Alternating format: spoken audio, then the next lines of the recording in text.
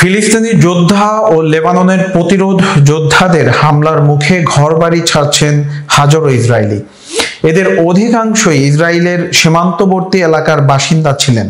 জীবন বাঁচাতে এখন গ্রিসে যাচ্ছেন এসব বাসিন্দা এবং সেখানে স্থায়ীভাবে বসবাসের বন্দোবস্ত করছেন, যা স্থানীয়দের মধ্যে ক্ষোভ ও উদ্বেগের জন্ম দিয়েছে বলে জানিয়েছে হিব্রু ভাষার সংবাদ মাধ্যম ডিমার্কার।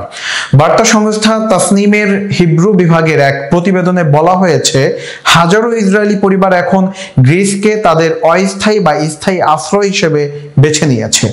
আর এই ব্যাপক সংখ্যক ইসরায়েলির গ্রিসে পাড়ি জমানোর কারণে সেখানে অ্যাপার্টমেন্ট কেনার চাহিদা বেড়েছে। চাহিদার তুলনায় আবাসনের পরিমাণ কম থাকায় বাড়ি ভাড়াও অনেক বেড়ে গেছে।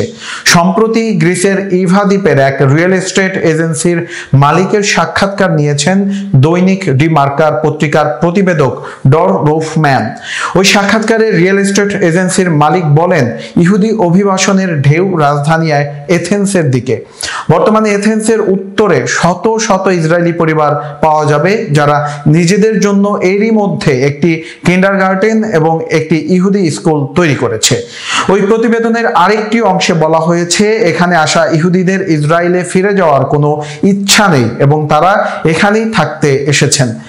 এথেন্সে বসবাসকারী এক ইসরায়েলি এবং গ্রিসে ইসরায়েলিদের একটি সামাজিক যোগাযোগ নেটওয়ার্কের ম্যানেজার তানিয়া ক্রোটেস্কি এক সাক্ষাৎকারে বলেছেন, আমি ইসরায়েলে ফিরে যাওয়ার কোনো সম্ভাবনা দেখতে পাচ্ছি না।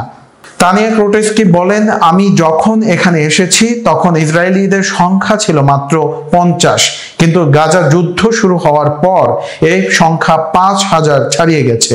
তবে প্রকৃত সংখ্যা আরো বেশি বলে মনে করেন তিনি। এদিকে এ নিয়ে স্থানীয়দের মধ্যে ক্ষোভও দেখা গেছে। এসব বিষয় নিয়ে ইসরায়েলি সাংবাদিক ডর রোফম্যান বলেন, যখন আমি এথেন্সের একটি ক্যাফের গ্রিক মালিককে তার ইসরায়েলি বন্ধুদের সম্পর্কে জিজ্ঞাসা করি, তখন তিনি আমাকে বলেছিলেন, আমি মনে করি এখন সময় এসেছে তোমরা ইসরায়েলিরা আমাদের দেশ ছেড়ে সম্পত্তি কেনার জন্য অন্য কোনো দেশে চলে যাও। তোমাদের জন্য অন্য কোথাও অভিবাসন করাই ভালো, গ্রিসে নয়।